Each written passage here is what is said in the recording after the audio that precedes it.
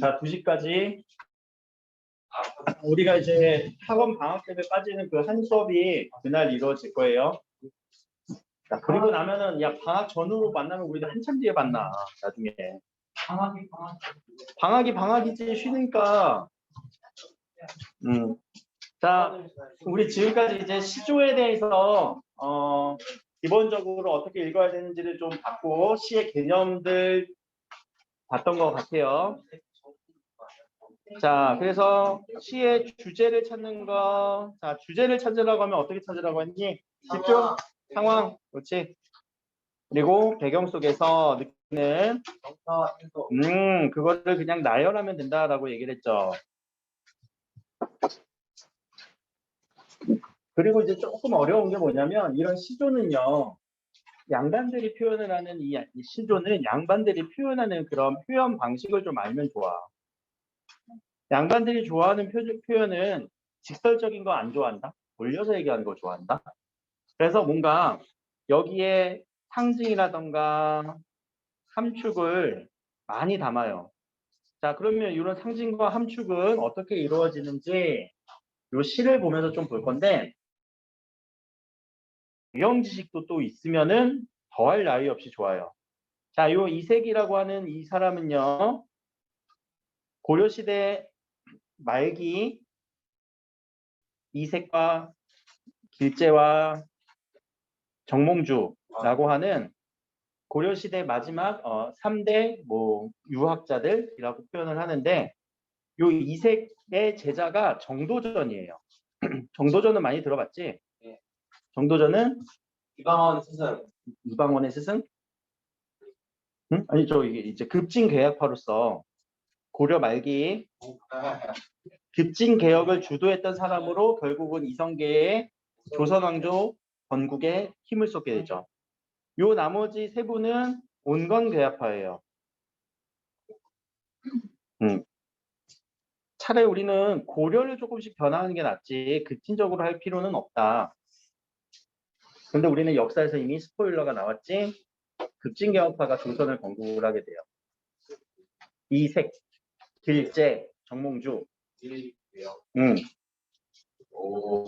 아이죠? 아이. 아이야? 길재, 아이, 이색. 성이 이시고 이름이 색이에요. 뭐라고? 하도 많이 들어갖고 내가 그 소리가 들려. 야, 너 남의 할아버지 같다가 이렇게 욕하기 있어 없어? 요 이색이라는 분은 저의 그 선조이기도 해요. 아, 그래요? 네. 자, 그러면 어떻게 표현을 했는지 보자. 백설이 잦아진 곳에 잦아지다라는 거는 우리가 뭔가 횟수가 빈번해지다라고 우리가 생각을 하는데, 옛날에는 없어진다라는 거, 자취를 흔적이 이제 사라지는 그분을 잦아진다, 가라앉다라고 표현을 해요. 백설이 잦아진까지 끊을까, 잦아진 고래까지 끊을까? 어디까지 끊어서 읽을래? 네. 골에까지 끊어서 여기가 한 구 단위로 끊어 읽으라고 했지. 백설이 잦아진 고래, 구름이 머흐레다라는 이 표현은 험하구나라고 나왔네요. 그럼 읽어보자. 산골짜기가 이렇게 있을 거고 여기에 뭐가 내렸어? 그러니까 백설, 눈, 흰색 눈, 백설, 눈이 이렇게 내렸어요. 근데 이 눈이 이제 소복하게 가라앉고 나니까 이 산골짜기에 뭐가 끼었대요? 구름이 끼었대요. 이렇게 구름이 좀 끼어 있나 봐. 산에 구름이 끼어 있는 이 모습을 여러분들은 상상을 해주셔야 되고. 자, 중장으로 갑시다. 반가운 매화는 반갑대. 누가? 매화가. 그럼 매화 꽃이 하나 이렇게 피면 좋겠죠. 상황, 배경. 자, 반가운 매화는 어느 곳에 피었는 곳. 자, 어디인지 알아? 몰라? 매화 어딨니? 그치, 어딨니? 라고 이렇게 궁금해하고 있어. 또는 찾고 있어요. 자, 여기서 우리가 또 상징을 한번 보면은 매, 난, 고, 주, 통이라고 하는 이런 소재들은요. 이제 시조에서 이런 소재들이 나오면은 대부분 다 지조와 절개를 지키는 상징성을 생겨요. 지조와 절개, 그리고 유교적 가치관.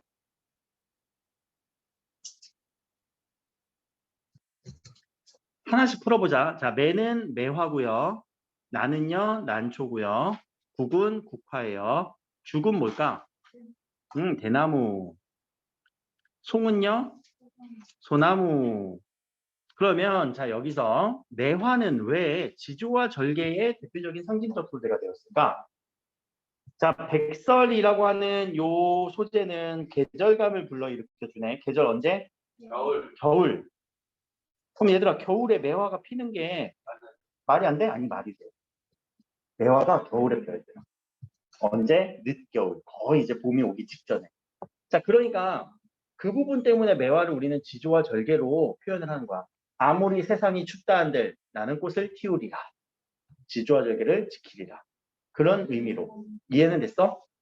자, 난초 같은 경우는 집에 난 키우신 분들도 있는데 혹시 꽃 본 적 있니?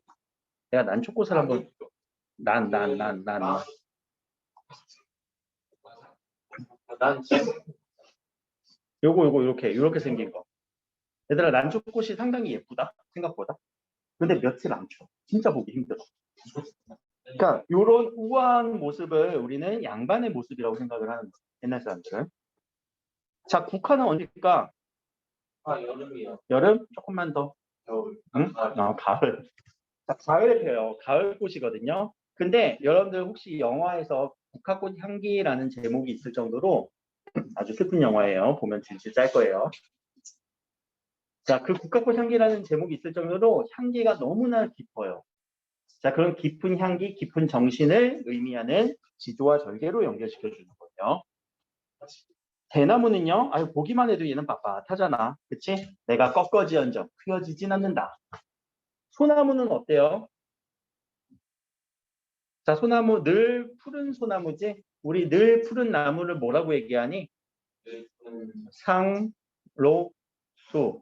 항상 푸른 나무.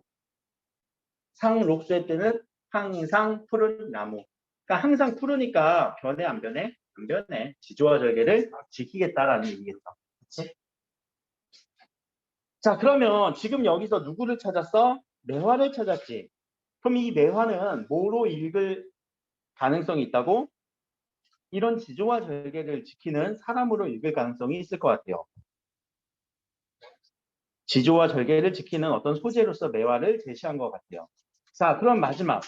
석양에 홀로 서 있어. 자, 해가 지는 이 시간에 해가 이렇게 지고 있을 거예요. 해가 이렇게 뭔가 지고 있어. 그때 화자가 혼자 서 있으면서 갈 곳 몰라 노라 나 어디로 가야 될까 몰라 한대요. 그럼 이거에 대해서 이제 주제를 한번 정리를 한번 해보자. 자, 주제 그대로 나열 한번 해볼까? 어떤 상황이에요? 뭔가 새로운 음식. 어떤 상황이에요? 누굴 찾고 있어요? 누굴 찾고 있어? 매화. 매화를 찾고 있지. 어떤 배경인데? 겨울인데. 겨울에 눈이 잦아진, 눈이 가라앉은, 뭔가 구름이 끼어 있는 상황 속에서 매화를 찾고 있어. 근데 구름은 험난하다라고 얘기를 하죠. 그러면 매화는 이 사람이 지향하는 어떤 가치 있는 혹은 지조와 절개라고 한다면 이것과 대비되는 구름이 험난한 것은 대비되는 소재겠네. 그러지 않니? 그러면 그래 이거를 그대로 한번 투영을 해볼까? 이 사람은 고려편에 속해 있었던 온건 개혁이라고 한다면 매화를 찾는다. 그럼 이 사람의 동지들을 찾는 거 아닐까? 누구 편을 찾는 거니? 조선 편을 찾는 거니? 고려 편을 찾는 거니? 그래 고려의 지조와 절개를 지키는 그런 충신들은 어디 있니? 있어 없어? 네. 없어. 구름이라고 하는 소재는 그러면은 뭐라고 해석 가능해? 그렇지 상대 쪽 요런 급진 개혁적 이성계와 정도전 일당을 얘기하겠지. 그런 가운데 나 혼자 어디로 가야 될지 모르겠어 막막함도 드러내고 있어. 이렇게 시대가 급변하는 상황에 고려 말기에 이거 어떻게 해야 될지 모르겠어 라고 하는 그런 시겠네. 그럼 주제를 한번 볼까? 기울어가는 왕조 고려에 대한 안타까움이 드러났죠. 충신 어딨어? 라고. 자, 여기에 우의적이라고 나왔어요. 자, 요 우의라고 한번 봅시다. 우의. 우의는 의미를 표현하는 데 있어서 돌려서 얘기했다라는 거예요. 직접적으로 얘기한 거 별로 안 좋아한다고, 양반들이. 그래서 돌려서 얘기해요. 막 어디에다가 백설과 매화에다가 이런 고려의 이미지를 넣어서 구름은 신흥 세력을 나 쟤 싫어, 나 어떡해, 고려가 멸망하는데 나 어떻게 해야 될지 모르겠어, 이런 말들을 이런 데다가 투영시켜서 이야기를 한다고. 여러분들 요 우자가 언제 나오는 우자냐면은 이소부화라는 단어 들어봤니? 이소부화는 자 이야기지. 누가 쓴 이야기? 이솝이라는 작가가 쓴 이야기. 근데 왜 우자를 넣어줬냐? 이것도 돌려서 한 이야기예요. 뭘 돌려서 얘기하는 걸까? 비판을 했거든. 누구에 대해서? 사람들에 대해서. 사람들에서 우회적으로 돌려서 비판했다? 누구를 등장시켜? 이솝우화의 주인공은 누구야? 동물들이지. 잘 몰라. 이솝우화 얘기는 들어봤는데 이솝우화의 이야기 누가 주인공이고 무슨 내용이 비판인지 잘 몰라. 신포도 여우는 알아? 포도를 보면서 저건 실과야 못 먹어. 이렇게 자기 합리화하는 사람들을 비판하는 모습. 그런 것들이 다 우화의 요 우자, 우의적, 우화적이다. 똑같은 단어예요. 누군가를 내세워서 돌려서 얘기할 때 우리는 우의적이다, 우화적이다. 근데 이런 표현들이 양반들이 정말로 좋아하는 표현들이에요. 자, 여기까지가 이제 고려에 대한 얘기라고 한다면 하나만 더 하자. 고려 시할 때 너무나도 빼놓을 수 없는 요 송인이라는 시예요. 요 송자는 우리 자주 쓴다. 무슨 의미가 있을까? 방송. 응? 낭송하다? 아니야. 그때는 우리가 읽어내다라는 송이고. 송자가 언제 쓸까? 메시지를 전송하였습니다. 어떤 의미가 있니? 응? 메시지를 전송하였습니다. 보내다. 송신하였습니다. 이거는 무슨 뜻이야? 보내다. 야, 보낼 송자라고 지금. 보내다라고. 송은 보내다야. 신자는 신호를 보내다. 그러면 송신의 반대는 수신하였습니다. 받았다. 자, 요 송자만 우리는 이제 파악이 돼도 송인, 누굴 보낸 거예요? 사람을 보내는 어떤 상황인지 벌써 파악이 됐을 거예요. 자, 밑에 보니까 한자가 같이 나오네. 다행이에요. 왜? 우리는 이 한시는 공부하지 않아도 되니까. 자, 이거는 한문으로 된 한문의 형태를 그대로 따라간 한시예요. 한문시. 근데 우리 한문시는 한자를 공부하면서 외우진 않지? 공부하지 않지? 옛날에 공부했어, 나 때는. 나 때는 말이야. 이거 다 한자 외워야 되고, 신기한 게 이 한자 같은 경우는 뒤에 각운이 생긴다. 근데 운율에 대해서는 좀 얘기할게요. 자, 여기는 각운이 생기는데요. 이 각운은 음위율이라고 얘기를 해요. 음위율은 어디에 포함되어 있는 거냐면 외형율에 포함되어 있어요.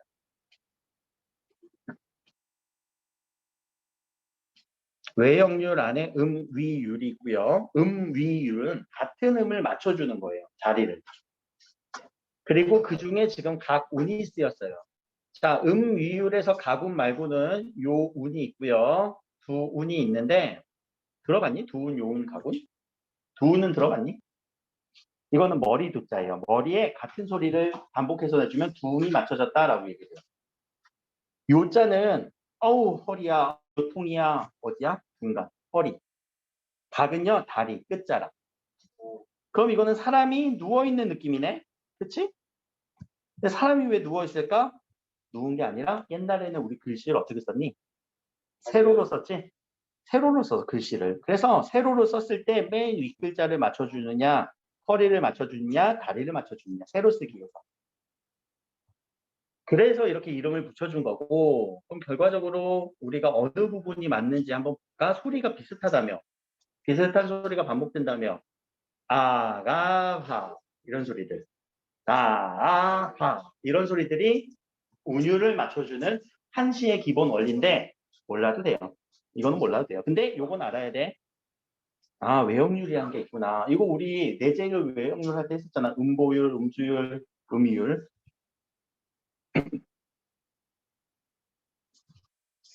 어,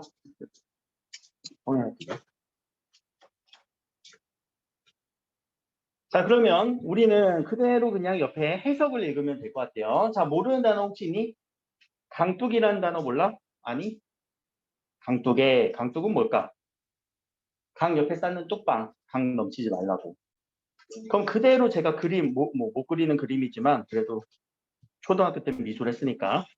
자, 비가 개인, 그럼 여기는 뭐가 이미 내렸어요?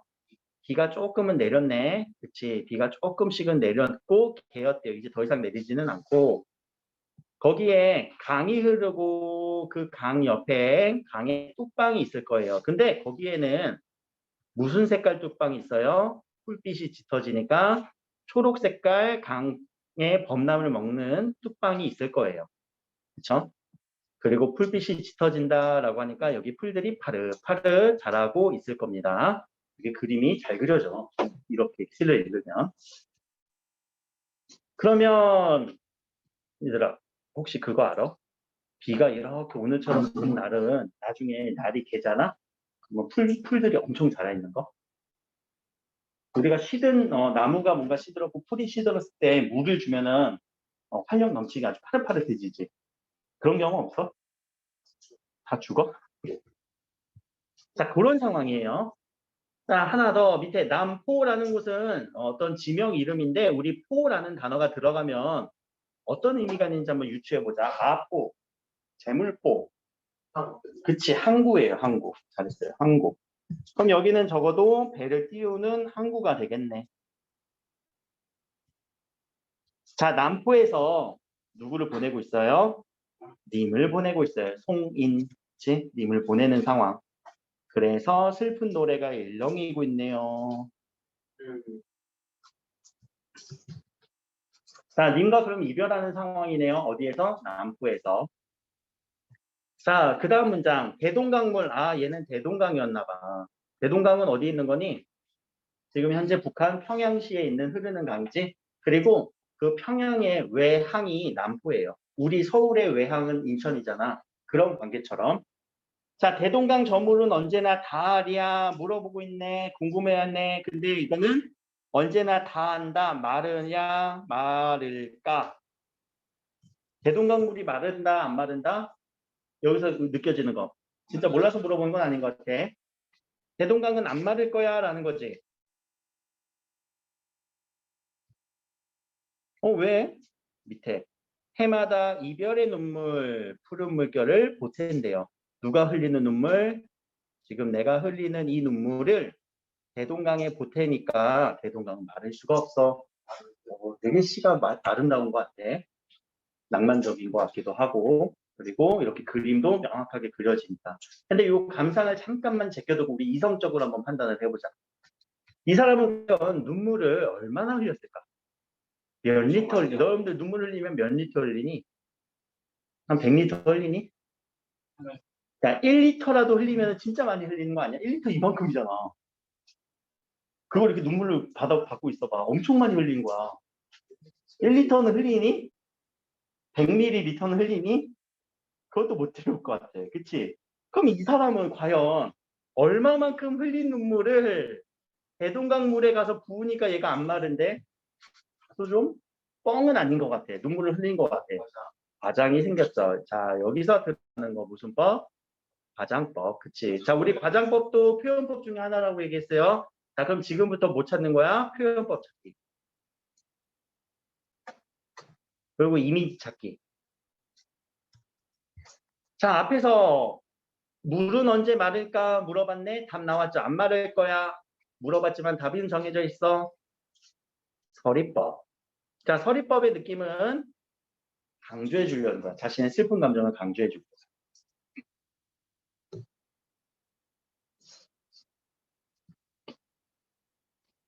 자, 풀빛은 초록색이고요.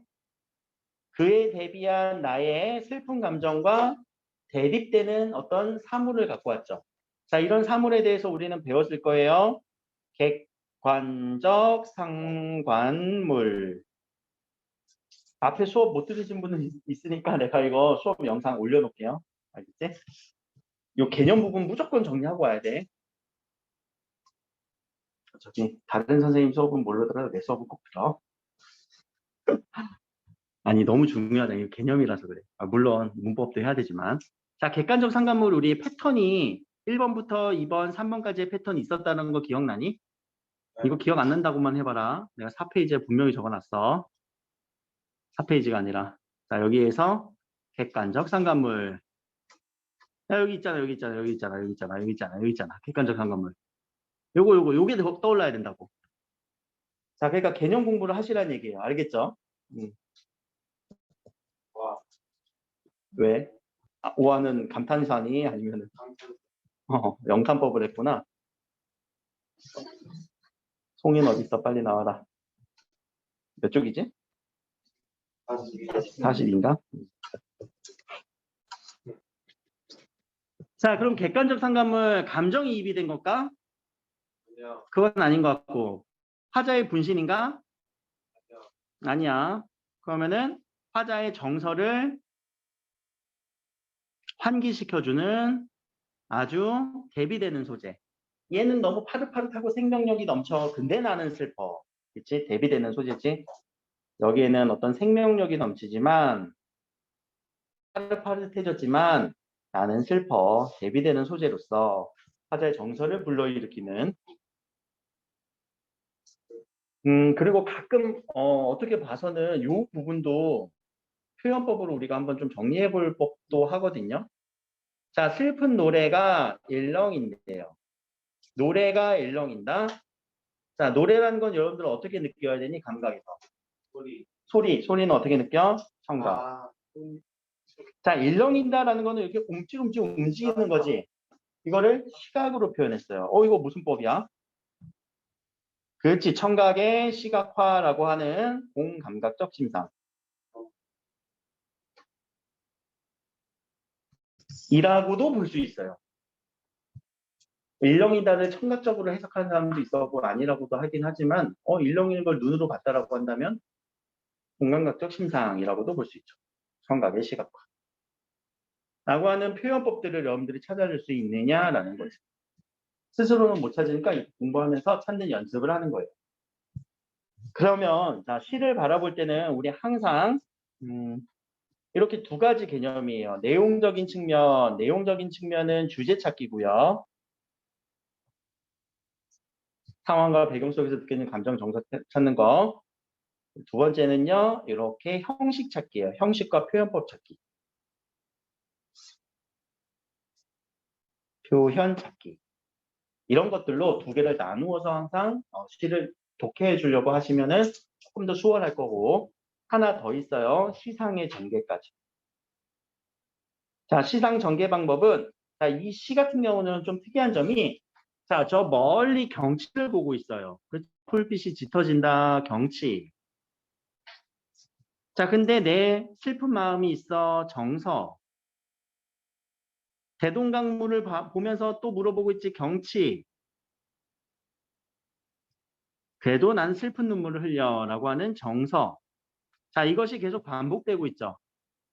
조금 어려운 말로 쓴다면 먼저 뭐가 제시가 돼요? 경치, 선경. 뒤에는 뭐가 제시가 돼요? 후정이라고 하는 선경, 후정, 선경, 후정에 반복되는 요 구도. 어려운 말로 선경, 후정. 근데 경치, 정서, 경치, 정서. 이런 시상 전개 방식까지. 자, 이렇게 시를 읽어내면 이거 안 까먹어. 물론 표현법 정도야 우리 볼 수 있지만, 자, 이 시는 무슨 시라고? 송인 누구 보낸다고?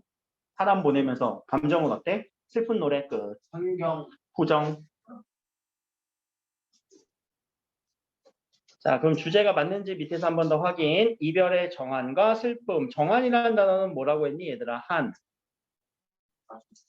그렇지. 나는 아직도 한이 있어. 초등학교 4학년 때 가면 야구를 했을 거고, 고등학교 1학년 때 가면 농구를 했을 것 같아. 라고 하는 이 한은 뭘 얘기한 거야? 후회도 되고, 안타까움도 있고, 그치? 그리고 아쉬움도 있지. 이런 후회, 안타까움, 아쉬움들을 우리는 한이라고 얘기해요. 그럼 이별에 대한 어떤 아쉬운 표현이 거예요. 거기에 대한 슬픈 표현이고요. 자, 하나 더. 애상적이라는 단어 뭐라고? 애상. 즐거운 노래 아니야. 쿨의 애상 생각하면 안 돼. 아주 리듬감 좋은 노래 아니야.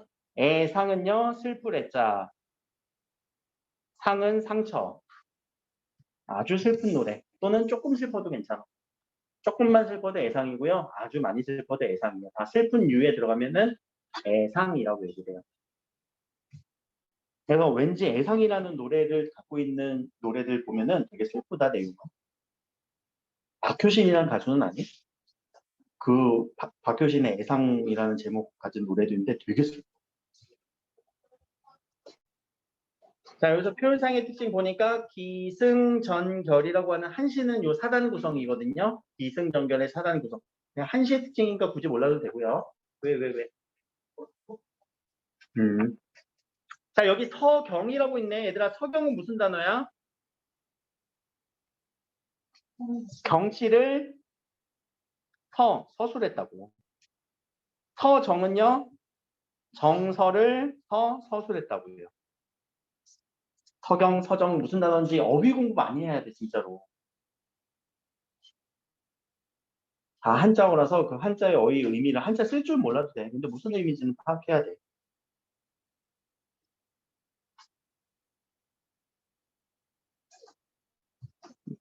넘어갑시다. 자, 이어서 49페이지.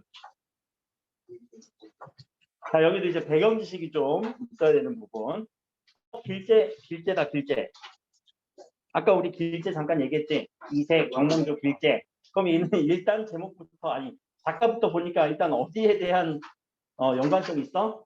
고려에 대한 연관성이 있을 거예요. 그렇게 생각해주고. 자, 500년 도읍지라고 얘기를 하는데, 우리 고려 언제 건국하니? 1490. 고려가 1400이야? 1300이야? 고려. 1392년은 조선 건국이고, 한 900몇 년. 916년인가 8년인가 그래요. 16년인가? 자, 그러면 자, 고려 건국은 요 시기 몇 년 정도 이어져? 500년이 이어지니? 야, 400년이요. 어허, 산수. 그렇지. 그래서 500년이라고 한다고. 그래서 고려 왕조 500년. 500년짜리는 고려 거예요. 한 나라가 이렇게 500년이 이어지는 경우가 거의 없어. 중국만 봐. 엄청 길지. 근데 조선은 더 길어. 600년이야. 조선은 언제 멸망해? 우리 대한제국까지 포함해서? 1900 아니야. 아니면 10년까지. 우리 일제강점기까지. 그냥 그럼 이때는 몇 년이? 이것도 600년 안 되지? 500 몇 년 정도 되지? 근데 우리 다 올림해서 600년, 500년 이렇게 얘기를 해요. 그럼 이제 요 500년이라고 하는 단어는요, 결국 고려예요, 고려. 600년 하면은 조선이 되는 거고. 이해됐어? 거의 그렇게 관용적으로 쓴다고. 관용이라고. 관용은 무슨 단어야? 아니, 관용을 베풀어 주세요 말고. 그때의 관용 말고. 관용적으로 사용한다. 관습, 습관적으로 사용하는 표현이라고요. 습관적으로 사용한다. 관용적 표현. 단어 어렵지? 그러니까 습관적으로 관용적으로 사용하는 표현이에요. 이런 500년, 600년이라고 하는 표현을. 진짜 500년 아니고 진짜 600년 아니지. 자, 밑에 또 모르는 단어 많을 것 같아.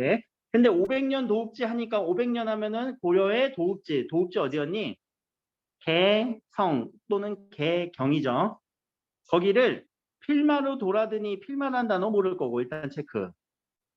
산천은 의구한데 의구 잘 모를 거예요. 여기까지 끊어서 자 필마라는 거는 필은 한 필에 마는 말. 한 필의 말로 돌아서 들어갔대요. 어디를? 개성을. 그러니까 개성을 말 타고 갔어요. 이 말이에요. 개성을 말 타고 간 거예요. 혼자서. 산과 강은 산천은 산과 강이죠. 의구하다랄 때 이 의구는요.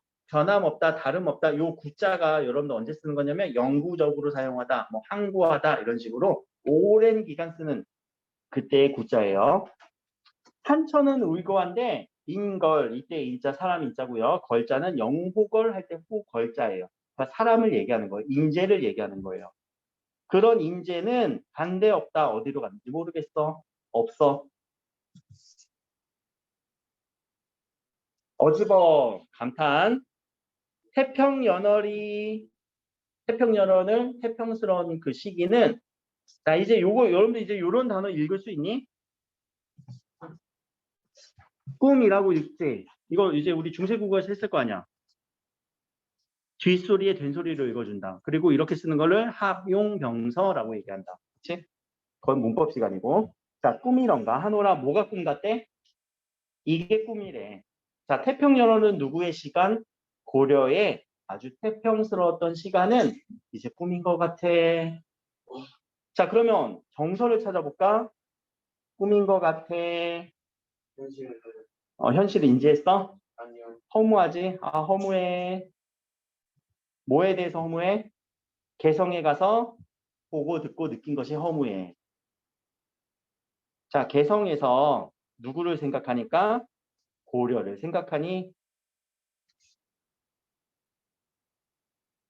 아우, 허무해. 이 감정.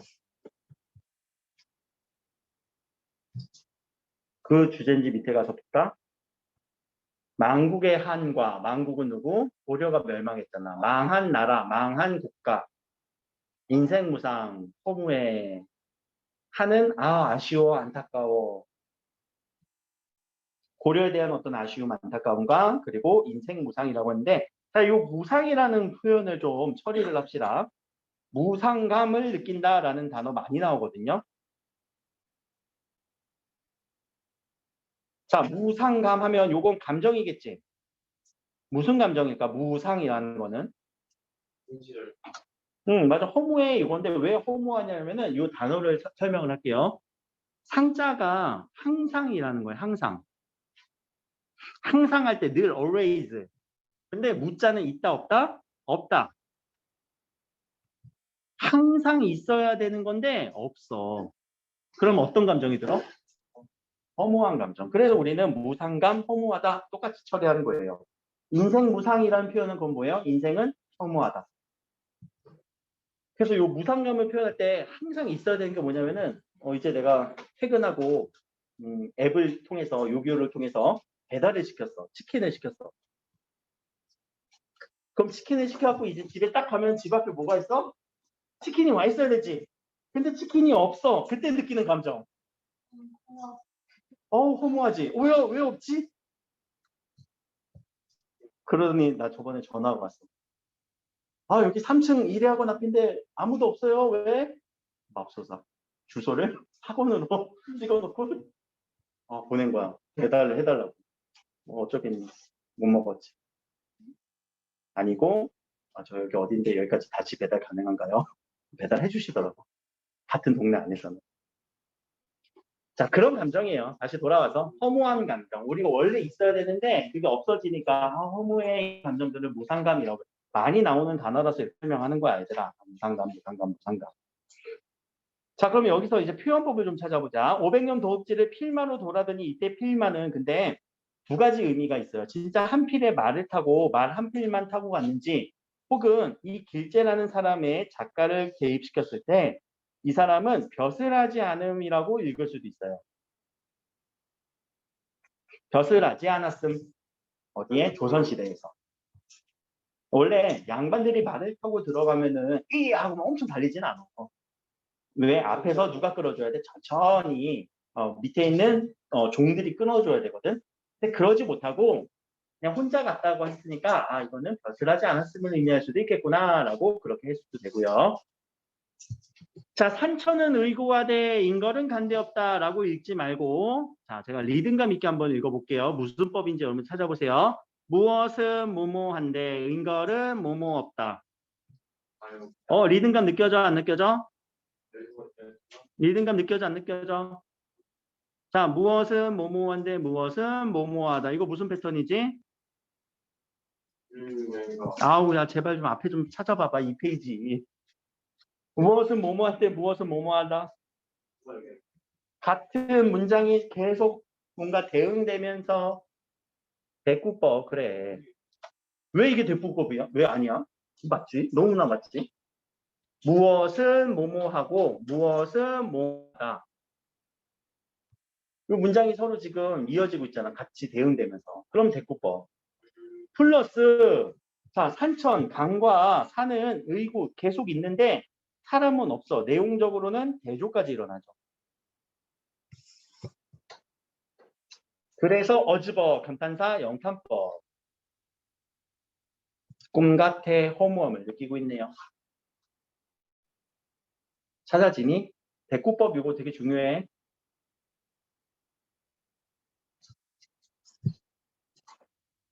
500년 도읍지 일제에 대한 얘기였고요. 앞으로 두 작품만 넘어가서 원천석에 대한 시도 좀 읽어봅시다.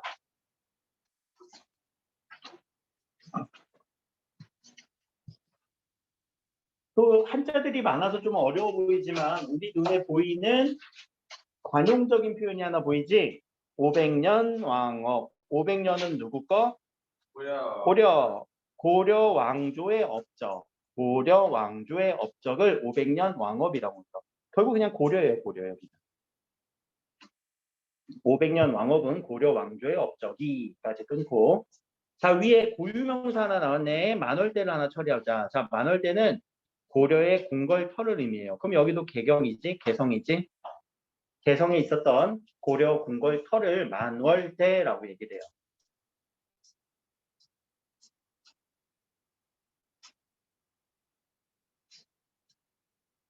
자 이제 해석해 봅시다.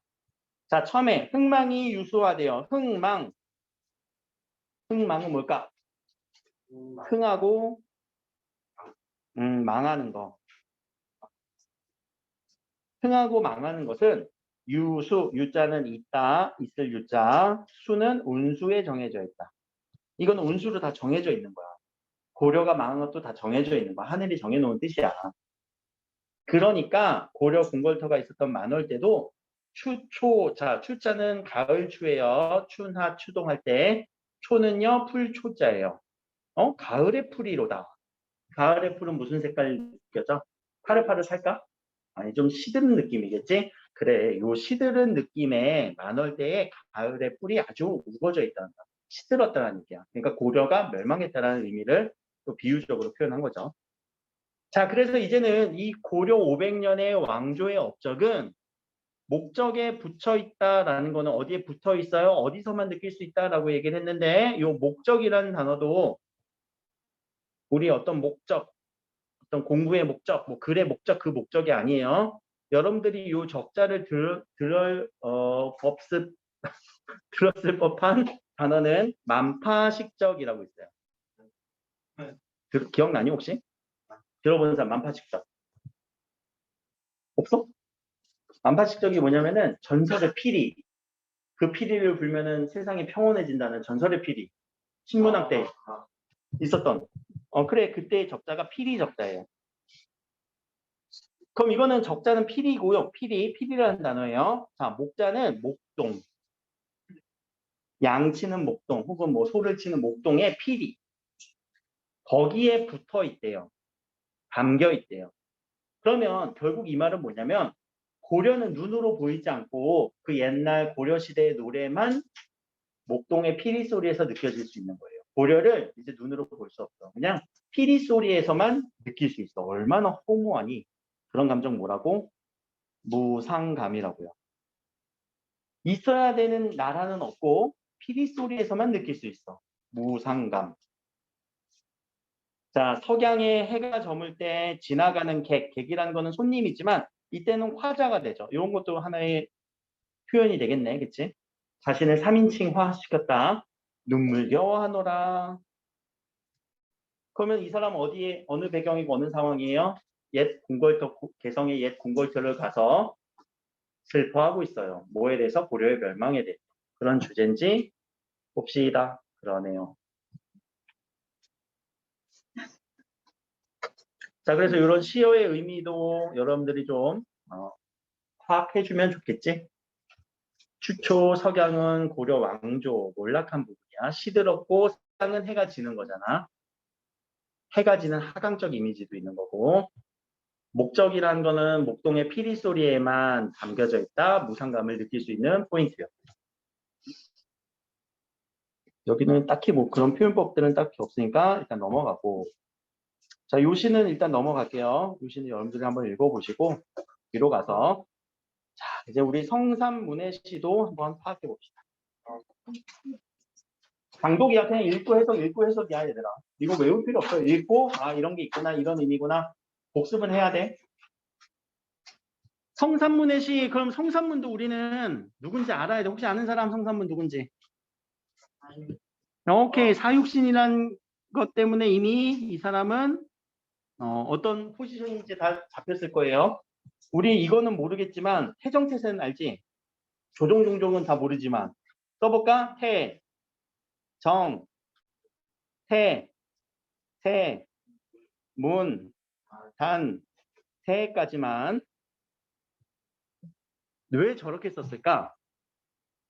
아들 관계 쓰려고 한 거죠. 자, 태조 이성부터 아들이었던 정조일까? 정종일까?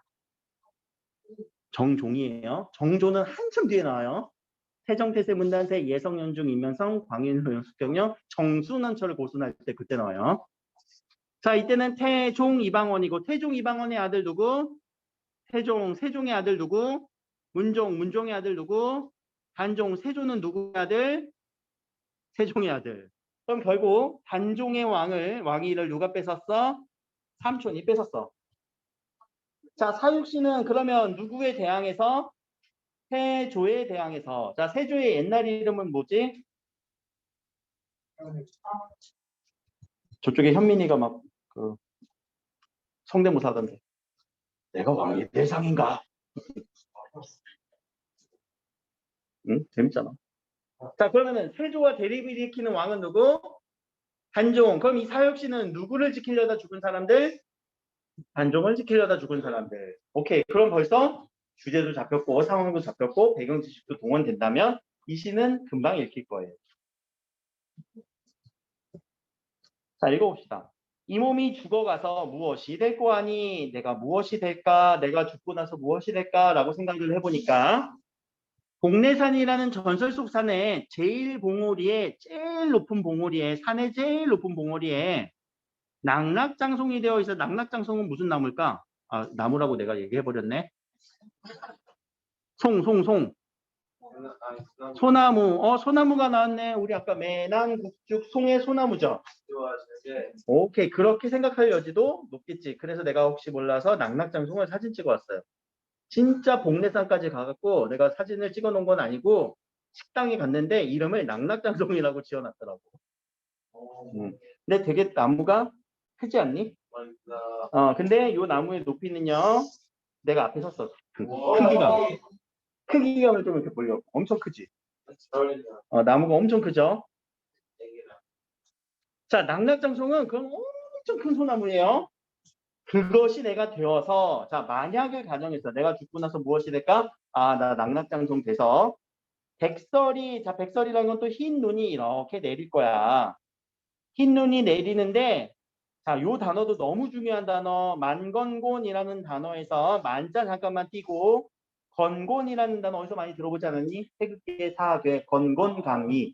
그럼 이때 건자는요, 하늘, 고는요, 땅. 의고는 기억나면 좋은데, 상기할 때 배웠는데, 하늘을 다른 말로 건곤이라고 한다. 기억 안 나지? 네. 자, 건곤은 하늘과 땅이에요. 자, 이거 너무 많이 나오는 단어예요. 만자는 가득 차다. 뭘로 가득 차? 흰 눈으로 가득 찰 때, 자, 독야청청한데요. 무슨 말이요? 아, 푸르게 있을 거야. 독고다이? 아니야. 자, 그럼 여기서 독야청청한 이 낙락장송은 누구를 의미해? 화자를 의미하지.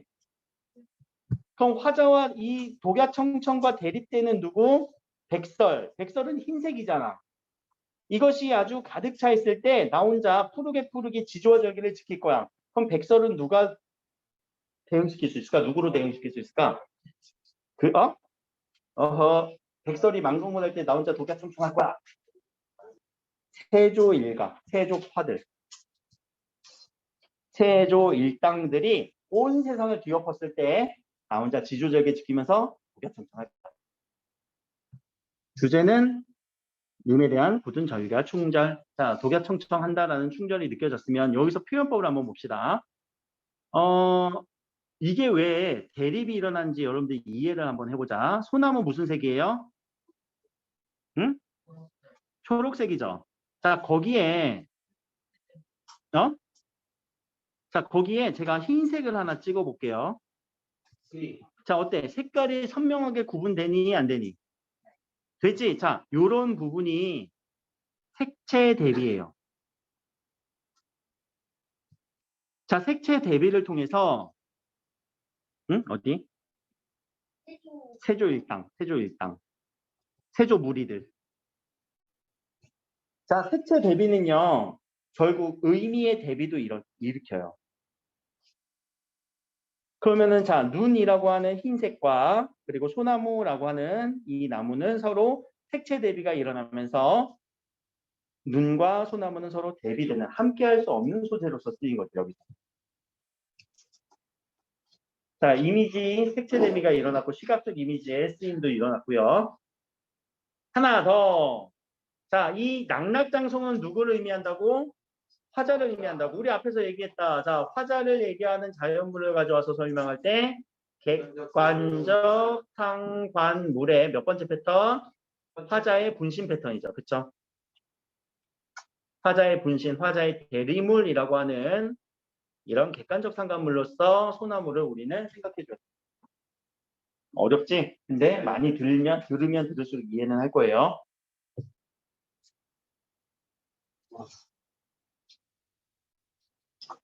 자, 요 성산문의 시가 한 편 더 있습니다. 여기까지는 일단 할게요. 오늘 여기까지는 할 거고 요 시까지만 빨리 한번 해봅시다. 자, 그리고 뒤에 있는 시들은 여기 왕방현의 시도 한번 읽어보시고 주제 여기다 또 찾아줘야 돼요. 그리고 이 개의 시도 읽어보세요. 이 개도 사육시입니다. 이미 힌트 다 줬네. 이 개 역시도 사육신이고 앞에서 나왔던 이색의 증손자예요. 너무 잘 알지? 족보를 보면 나와요. 자, 수양산 바라보며 성산문이 수양산을 바라보면 수양산 별로 안 좋아할 것 같은데 왜? 이름이 겹치잖아. 그래, 실제로 이 수양산은요 수양대군을 의미하기도 하고요 진짜 전설 속의 산을 의미하기도 해요. 그럼 이 두 가지 의미가 중첩되었을 때 우리는 무슨 법이라고 해? 중의법이라고 얘기해요. 그럼 중의법으로서의 수양산 의미 두 가지 다 되고요. 자, 밑에 가서 수양산의 성산문 이 작가가 바라보면 한탄하고 있어요. 누구를? 이재라는 사람인데, 자, 이재는 나우 아니에요. 나우가 아니야. 이재 뭐뭐 하자 이게 아니라 두 사람, 백이 숙제의 줄임말이에요. 두 사람입니다. 근데 요거는 중국의 고사를 우리는 좀 알고 있어야 돼. 중국 고사.